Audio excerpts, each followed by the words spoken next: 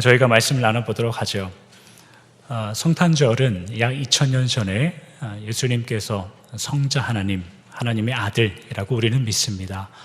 그분께서 하나님의 택하신, 예정하신 하나님의 자녀들을 구원하시기 위하여 이 땅에 제한된 육신을 입으시고 하나님께서 성자 하나님께서 자신의 위치를 버리시고 보류하시고 이 땅에 내려오신 그날을 저희가 성탄절이라 합니다. 이 성탄절이 여러분에게는 주님을 믿는 그 날부터 주님을 만나는 그 날까지 여러분들에게 늘 매년마다 지켜 행해야 될 절기와 여러분들이 매년 이 시기가 되면 그 예수님의 나심에 감사하여 하나님께 영광 돌리는 그런 날이 되어야 될 줄로 믿습니다. 삶의 과정 가운데에 하나님 감사할 만한 내용이 그리 많지 않습니다 라는 그런 환경 가운데 있더라도 주님의 나심을 늘 기억하여 사시는 여러분들의 인생이 되시길 주님의 이름으로 축복합니다.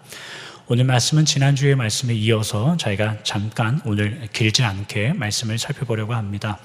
지난주에 저희가 마태복음 1장 1절부터 17절까지의 말씀을 통하여 예수님의 족보가 가진 의미가 무엇인지를 저희가 생각해 보았습니다. 오늘은 그 예수님의 그 아버지인 요셉에게 천사가 나타나서 하나님의 보내신 메신저가 나타나서 아기가 태어날 것이다를 요셉에게 알려주는 내용입니다. 재미있는 사실은 다른 복음서 같은 데 보면 예수님의 탄생 기록이 늘 천사와 마리아의 이야기였습니다. 요셉은 늘 뒤에 빠져 있죠. 마리아에게 천사가 나타나고 그녀를 설득하고, 근데 유독 마태복음에는 마리아 이야기가 나오지 않고 이 요셉의 이야기만 나옵니다. 그것도 참 재미있는 사실이에요. 왜 그러냐면 1절부터 나왔던 그 족보의 이야기가 유대인들에게 있었던, 유대인들 문화에 있었던 그 남자들이 기록되는 그 족보, 그 족보들이 얼마나 불안하고 한계가 있고 연약했던가의 근거, 거기에 제일 마지막에 예수님께서 태어나셨다라는 것을 저희가 지난주에 살펴봤죠. 왜 요셉의 이야기가 예수님의 탄생에 중점적으로 마태복음에 기록되고 있느냐라고 했을 때에는 그 유대인들의 연약함, 그 남자들의 계보의 그 약함과 한계가 어느 정도인가를 연장선에서 이야기하고 있기 때문에 이 요셉의 이야기가 거기에 나오는 겁니다.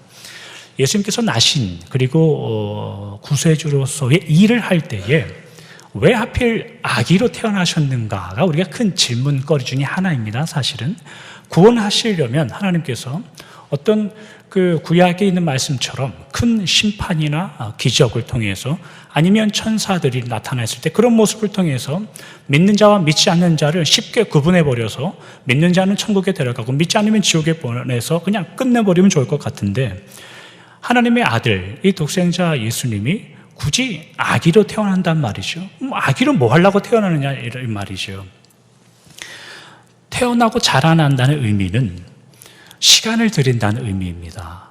시간을 드린다는 의미는 거기에 어떤 이해와 자라남과 성숙이 함께 동반된다는 뜻입니다. 제가 사진 몇 장을 준비했는데요. 잘 안 보여요. 지금 이 프로젝터가 고장나서 잘 안 보이는데 제 100일 사진입니다. 저게. 네. 잘 안 보이시죠? 잘 밝을 때 보면은 저게 요놈이 빠겠습니다. 그 옛날 그 대야 있지 않습니까? 대야, 그 자주색 대야에다가, 왜 대야에다가 요 친구가 전데요. 왜 대야에다가 100일 사진을 찍었는지 모르겠지만 제가 원본 사진을 보면은 장독대도 있고 저 그림자도 있고 해서 아마도 옥상에서 찍은 건지 아닌가 그런 생각이 듭니다. 100일 사진을 저렇게 찍는 거는 참 드문 일이고, 이 사진은 제가 초등학교 5학년 때 국민학교 운동회를 끝나고 찍은 사진인데요. 이 친구가 접니다. 왜 복장을 하나같이 이렇게 배까지 끌어올려서 사진을 찍는지 모르겠지만 저 때는 저게 유행이 아니었을까 생각합니다. 운동복을 배까지 찍혀 올려서 사진을 찍고, 요 가운데 있는 요 친구도 지금 현재 목사가 된 친구고, 이 친구는 조두현이라는 친구인데 지금 어디서 뭐 하는지 잘 모르겠습니다.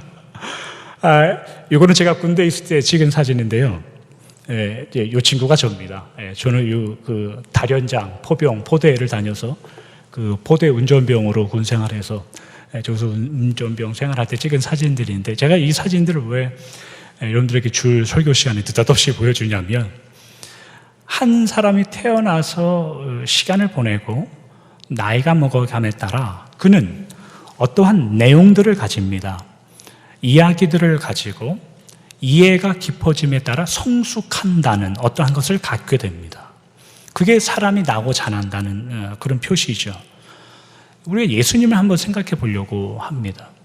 예수님께서 아기로 태어나셨는데, 아기로 태어나신 그 이유를 생각했을 때, 그러면 예수님 역시 자라나면서 어떤 이해가 필요하고 어떤 성숙이 필요하고 어떤 본인이 하나님의 나는 하나님의 아들이고 이런 일을 위해서 이 땅에 왔다라는 어떤 이해의 기품이 필요하여 아기로 태어났냐라는 큰 질문을 우리에게 합니다. 그러나 우리가 누가복음 2장에 가면은 예수님의 그 어릴 적 시절의 사건이 있는데, 누가복음 2장 49절에 있는 말씀입니다. 제가 한번 읽어드리도록 하죠. 누가복음 2장 49절입니다. 여러분 성경을 가지고 계시면 펴보시고요. 예수께서 이르시되 어찌하여 나를 찾으셨나이까? 내가 내 아버지 집에 있어야 될 줄을 알지 못하셨나이까 하시니. 이 어떤 배경이냐면, 예수님께서 12살이 되었을 때에 예수님의 부모님이 예수님을 데리고 이제 유대인의 율법에 의하여 명절을 지키기 위해서 예루살렘 성전에 갔습니다. 그때 예수님이 거기 놓고 남아있는 줄 모르고 부모님들이 고향으로 갔다가 다시 돌아와서 너 왜 여기서 이러고 있느냐라고 이야기할 때 예수님께서 하시는 말씀인데, 내가 내 아버지 집에 있어야 될 줄을 모르셨습니까? 이렇게 되묻는 장면입니다. 이런 내용들은 무슨 의미를 말하냐면, 예수님께서는 이미 자라나면서 성숙과 이해의 깊이에 의해서 본인의 메시아됨을 깨달은 그런 문제가 아니라, 이미 하나님의 아들로서의 그 신성, 어려운 말로 하면 신성이라는 개념이고, 그러한 것을 품고 사셨다는 겁니다. 나중에 철이 들고 이해가 돼서 내가 메시아고 하나님의 아들이구나, 가만히 생각해 보니 하나님의 아들이니 메시아의 노릇을 해야 되겠다라고 메시아가 된 게 아니라 그 일을 이미 처음부터 시작했다는 뜻입니다. 왜 예수님은 다 큰 사람으로 오지 않고 이런 어린 아이로 찾아왔을까요? 왜 어린 아기로 우리들에게 태어났느냐? 그 질문입니다. 오늘 본문 마태복음 1장에 가면 그 해답이 나오는데 21절과 23절에 있는 말씀입니다. 제가 읽어드리도록 하죠. 마태복음 1장 21, 23절입니다. 아들을 낳으리니 이름을 예수라 하라. 이는 그가 자기 백성을 그들의 죄에서 구원할 자이심이라 하니라. 23절. 보라, 처녀가 잉태하여 아들을 낳을 것이요 그의 이름은 임마누엘이라 하리라 하셨으니 이를 번역한즉 하나님이 우리와 함께 계시다 함이라. 예수님께서 태어나시는데 이름을 두 가지를 얻습니다. 하나는 예수라는 이름과 하나는 임마누엘이라는 이름을 얻습니다. 예수라는 이름은 하나님께서 자기의 백성들의 죄를 구해 주시고 죄에서 구속해 주신다라는 의미이고, 임마누엘이라는 의미는 하나님이 우리와 함께 하신다는 그런 의미입니다. 아기로 태어나실 때의 그 예수라는 이름은 예수님이 누구이신가에 대한 존재에 대한 이야기입니다. 우리 임마누엘이란 이름의 뜻은 예수님께서 그 일을 어떻게 해 나가실 때에 어떠한 존재로 살게 되시는가를 표현해 주는 겁니다. 그러니까 이름이 뭐냐라고 했을 땐 심혁태다 이렇게 이야기할 수 있고, 또 다른 이름은 심혁태라는 거는 뭐냐? 그러면 한 가정의 가장이고 한 교회의 담임 목사로 일을 하는 자다 이렇게 설명하듯이, 예수라는 이름은 구원에 관한 것이고 임마누엘이라는 이름은 하나님이 우리와 함께 하심을 증명해내는 어떤 증표로 이름을 갖는단 말입니다. 왜 아기로 태어나셨는가? 하나님이 우리와 함께 계신다라고 이야기했을 때는 요한복음 17장 21절 같은 데 보면 하나님이 우리와 함께 한 듯 단순히 옆에 있다는 의미가 아니라 하나님 예수님 안에 있다는 뜻이고 우리 안에 예수님이 있다는 뜻입니다. 단순히 필요할 때 부르면 나타나는 예수님이란 존재가 아니라 신비하게도 우리 여러분들 안에, 우리들 안에 존재한다는 뜻입니다. 아기로 왜 태어났을까요? 끝까지 질문할 겁니다. 대답은 이겁니다. 여러분들이 아기였을 때부터 겪어야 되는 일, 여러분들이 어린아이, 유아부, 중고등부 아이들, 청년 때부터 여러분들이 겪었던 모든 과정들 속에 그 안에 예수님도 함께 계시다는 의미입니다. 예수님도 함께 계셨다는 의미입니다. 그것이 임마누엘이란 뜻입니다.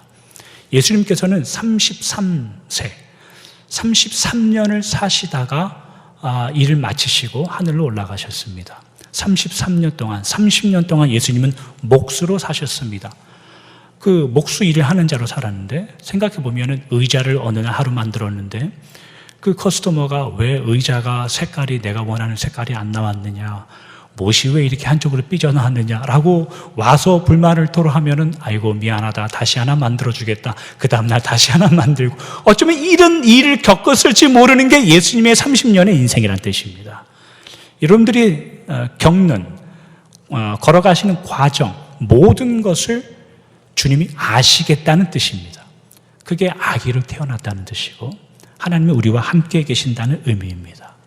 여러분들, 임마누엘이란 하나님의 의미, 오늘 성탄 예배를 드리면서 여러분들이 어느 길과 어느 모습으로 1년 동안 살아오셨는지 모르고 오늘 이제 마지막 주일에 예배를 드리는데 어떠한 그 삶의 어떠한 모습의 1년을 살아내셨는지 모르겠지만 그 모든 순간순간 가운데 하나님이 함께 하시고 동행하셨음을 늘 기억하시고 다음 주부터 시작하는 2017년도에도 임마누엘의 하나님이 우리와 함께 계실 것이니 여러분, 이 성탄절 예배를 통하여 하나님의 동행하심과 하나님의 인도하심을 믿고 더욱더 의지하여 살아가시는 여러분들 되시길 주님의 이름으로 축원합니다. 기도하겠습니다.